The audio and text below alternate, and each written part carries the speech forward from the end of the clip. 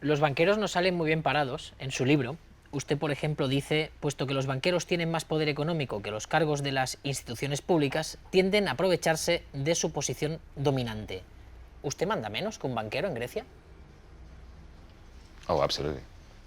Absolutely. I think that all of us in the Euro have less power than bankers do. Suppose you're running a bank and your bank goes bust. If it closes down, then it's the end of society as we know it. In 2008, had the states not bailed the banking sector out, right? All the banks would have closed, all of them. You know, like Icelandic banks shut down, all the banks in the world would have closed down, at least in the West. And then the payment system would be gone, and every single company, every single household would be destroyed, would be devastated. So if you own one of those banks, then suddenly you have power, because your collapse will mean the collapse of everybody else. What I think is of the essence for democracies is to separate the interests of the banks from the interests of the bankers. So the great error of politicians on both sides of the Atlantic, both in the United States and in Europe, after 2008, was that, no, it was not that we saved the banks, we had to save the banks. Because without banks, you go back to the Stone Age, more or less, or to the Middle Ages, right? But that we saved the bankers as well as the banks. How to separate the bankers from the banks, to salvage the banks. ¿Cómo? Well, there are ways, because, and actually in Europe, it's been done before. 1992, Sweden. Look at how well they did it. 1998, ¿Qué South hicieron? Korea. Well, it's very simple.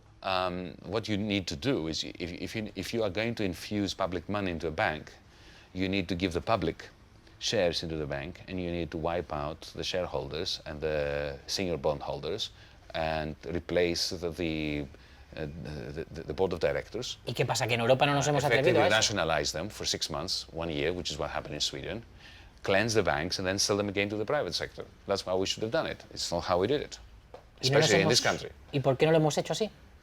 It's a very good question, isn't it? To answer it, you need to do some historical research into the very cozy relationship between local politicians and bankers. Precisamente dice usted en su libro, desgraciadamente la mayoría de las veces los políticos que gobiernan los estados salvan a los banqueros usando el dinero de los ciudadanos más pobres. A cambio, los banqueros financian la campaña electoral de los políticos que también los han tratado. ¿Esto es así de simple? Porque a mí me suena atópico. El banquero le paga la campaña al político... The terrible thing about clichés is that sometimes they're true. ¿Y esto es sometimes. cierto? Well, absolutely. Just look at what has happened since 2008, O sea, 2010. ¿usted cree que hasta ahora la política económica que se ha hecho en según qué estados, como Grecia o España, es porque el gobierno de turno ha estado atado de pies y manos porque el banquero de turno le había pagado su campaña electoral? I'm not going to make any particular allegations regarding individuals here. This is not an interview whose purpose is to do a forensic investigation into precisely what happened. This is probably something that we need to research differently. But let me say that the nexus binding banks and governments is a highly problematic one from the perspective of the quality of our democracies. ¿Esto sigue pasando ahora en Grecia? It hasn't stopped happening in Greece yet. But it will.